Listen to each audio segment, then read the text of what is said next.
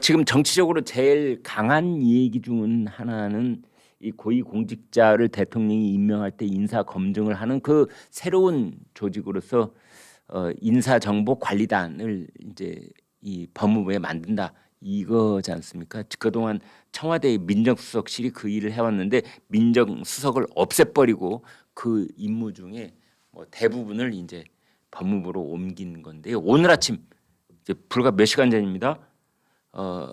윤석열 대통령이 출근을 하는데 기자들이 물었습니다. 지금부터 드리는 말씀 이전에 저는 이게 진짜 좋습니다. 대통령 출퇴근을 기자들이 지키고 있다가 볼 수 있다는 거. 이거 진짜 기가 막힌 일입니다. 네. 지난 우리 그 대통령들 어느 누구한테서도 볼 수 없는 이제는 대통령이 8시에 출근하는지 9시에 출근하는지 볼 수 있는 이거 저는 엄청난 일이라고 보는데요. 아무튼 이제 기자들이 지금 최대 현안을 물었습니다. 바로 법무부의 인사정보관리단. 그러자 윤석열 대통령이 이렇게 얘기를 했답니다. 대통령 비서실에서 정책 위주로 해야지 사람에 대한 비위 정보 캐는 것은 안 하는 게 맞다. 그러니까 대통령실에 있는 참모들은 어떤 후보자가 있을 때 그 사람이 머릿속에 담고 있는 국정 철학, 정책에 관한 소신 이런 것을 봐야지 이 사람의 과거 비위가 뭔지 이런 거 캐는 거는 안 맞지 않느냐. 청와대가 대통령실이 그거 하라고 있는 데는 아니지 않느냐라고 윤석열 대통령이 이제 불과 몇 시간 전에 출근길에 얘기를 한 겁니다. 누구 오셨습니까? 누가 두드렸나요? 저희 스튜디오에 밖에서 두드린 소리 있어서 헛소리 한번 했습니다. 이제 이런 겁니다. 지금 인사정보관리단은 미국에서 하는 방식이다. 그러면서 윤석열 대통령이 뒤를 캐는 거 있잖아요. 이런 건 안 해야 합니다. 사정 컨트롤 타워나 공직자 비위 정보 이런 건 사정기관이 하는 것이고 대통령 비서실은 직접 안 하고 정보를 받아서 해야 된다. 여러분 옳은 방향이라고 생각하시죠? 그러니까 대통령 비서실은 대통령 집무실에서는 그런 게 하는 게 아니고 그런 거는 가령 어떤 장관 후보자가 여자 관계가 복잡하거나 남자 관계가 복잡하거나 가령 아파트가 몇 채가 있거나 이런 거를 위장전입을 했거나 이런 거 말이죠. 이런 거를 캐는 거는 경찰이 하거나 검사가 하거나 그 법무부에서 하고 대통령실에서는 이 사람이 같이 일할 만한 사람인지 그것만 봐야 되는 거 아니냐. 그런 얘기입니다.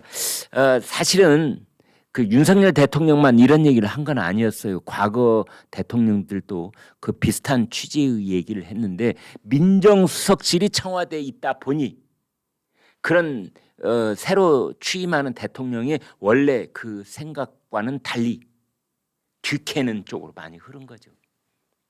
그거를 윤석열 대통령은 확실하게 끊어내는 겁니다.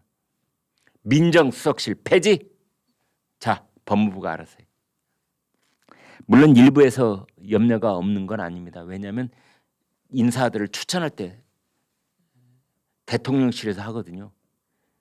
인사기획관, 인사비서관 이 사람들이 3배수로 후보자를 뽑은 다음에 그걸 법무부로 넘기고 법무부에서 인사정보관리단이 이제 검증을 한 다음에 그 사람들에 관한 모든 것을 이렇게 대통령실로 다시 보고를 하는 그런 형식이지 않습니까?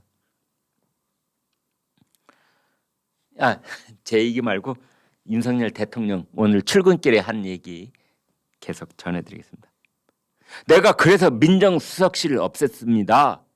옛날처럼 민정비서관실의 특별감찰반 같은 것은 이제 대통령실에서 안 하고 그거는 사정기관이 알아서 해야 됩니다.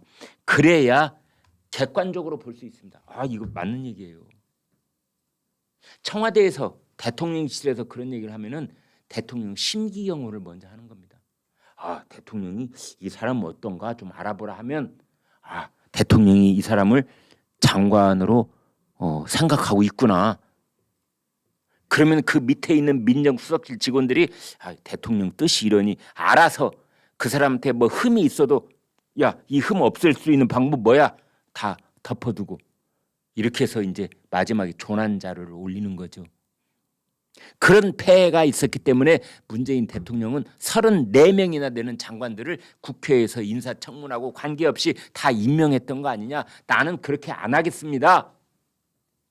법무부에서 철저하게 검증을 해주세요. 그래서 인사청문회가 그동안 뭐 무용론 나왔지 않습니까? 이런 인사청문회 따위는 뭐하러 하는 거야? 맨날 뒤캐는 얘기는 하고 그 얘기를 없애려고 하는 건 인사청문회를 없애기 이전에 미국에서 FBI가 모든 거를 다 검증하듯이 FBI가 하면은 뭐 일반인들이 알 수 있는 것보다 정말 그걸 석 달 동안이나 한답니다. 석 달 동안. 그러면 야당 국회의원들이 보좌관들하고 조사하는 거는 뭐 저리 가라겠지요. 진짜 그 사람의 모든 정보를 다 알 수 있지 않겠습니까? 그리 하겠다. 법무부 인사정보관리단으로 그리 하겠다. 그러면 국회에서는 국회의원들이 인사청문회 열면 정말로 그 사람 머릿속에 무슨 생각이 있는지 나라와 국민을 위해서 무슨 일을 하겠다고 포부를 갖고 대통령의 국무위원 지명을 받아들였는지 그걸 이제 본격적으로 들을 수 있다. 오늘 아침에 윤석열 대통령 사진을 봤는데요. 이 사진 한번 혹시 보이십니까? 지금 저희가 화면에서 보여드리는 사진 말고 네, 이 사진. 주먹을 불끈 쥐었죠? 주먹을 불끈 쥐었습니다. 평소보다도 제스처도 크고 이겁니다. 그랬다는 겁니다. 잘 하시리라고 일단 좀 응원을 해주고 싶습니다. 김건희 여사가요. 전직 대통령들의 그 영부인들을 쭉 만날 계획이랍니다. 이것도 꽤 의미 있는 말처럼 들립니다. 노무현 재단과 봉하마을을 방문 일정을 조율 중이다.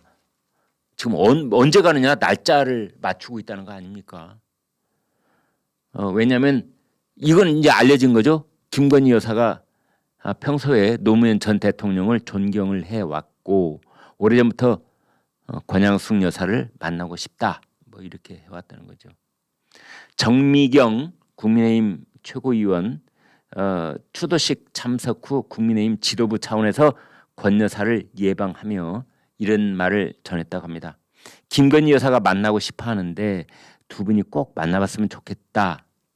그랬더니 권양숙 여사가 고개를 끄덕이면서 날짜를 한번 맞춰봅시다. 이런 식으로 이제 했다는 겁니다. 노무현 재단 쪽에서도 이거 인정을 했습니다.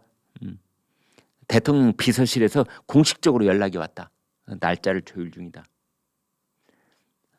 김건희 여사는 또 이제 문재인 대통령 부인 김정숙 여사도 만나려고 한답니다. 그러니까 이 취임식장에서 만나면 몇 마디나 하겠어요. 잠시 몇 초 동안 그냥 인사 90도로 허리 꺾어서 절하고 그리고 이제 그리고 몇 마디 말 몇 마디 못 주고받고 그냥 거기서 취임식이 끝났을 테고 이제 그 사저에 가면 몇 시간 동안 그러니까 대통령들은 만나가지고 저런 얘기 못 하는데 대통령 부인이 오히려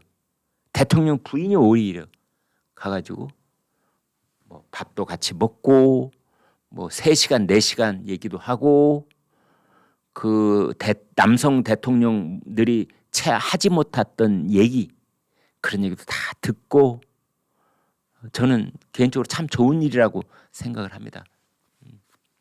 그 정파가 어느 쪽이 좌파나 우파나 이거 다 떠나서요. 그 청와대의 안주인, 대통령실의 안주인들이 만나서 얘기를 하면 기가 막힌 얘기들이 오할 수 있다. 그건 절대 녹음하지 말고 네, 녹취 절대 하지 말고 옆에 뭐 다른 배석자도 없이 그냥 둘이 앉아서 얘기를 하면 얼마나 깊은 얘기를 하겠습니까? 이제 그래서 지금 이렇게 저 문재인 대통령 부인, 그 다음에 노무현 전 대통령 부인, 이제 그렇게 만나는 얘기만 나왔는데, 제가 권한다면 전두환 전 대통령 부인, 뭐 노태우 전 대통령 부인, 이명박 전 대통령 부인도 시간을 내서 우리 김건희 여사가 찾아가서 밥 좀 사주세요. 제가 밥 모시겠습니다. 사주세요가 아니라 현직이 사야죠. 밥 식사 한번 모시겠습니다. 그래서 네, 배석자 없이 긴 이야기를 좀 나누면 참 좋을 것 같다는 생각이 듭니다.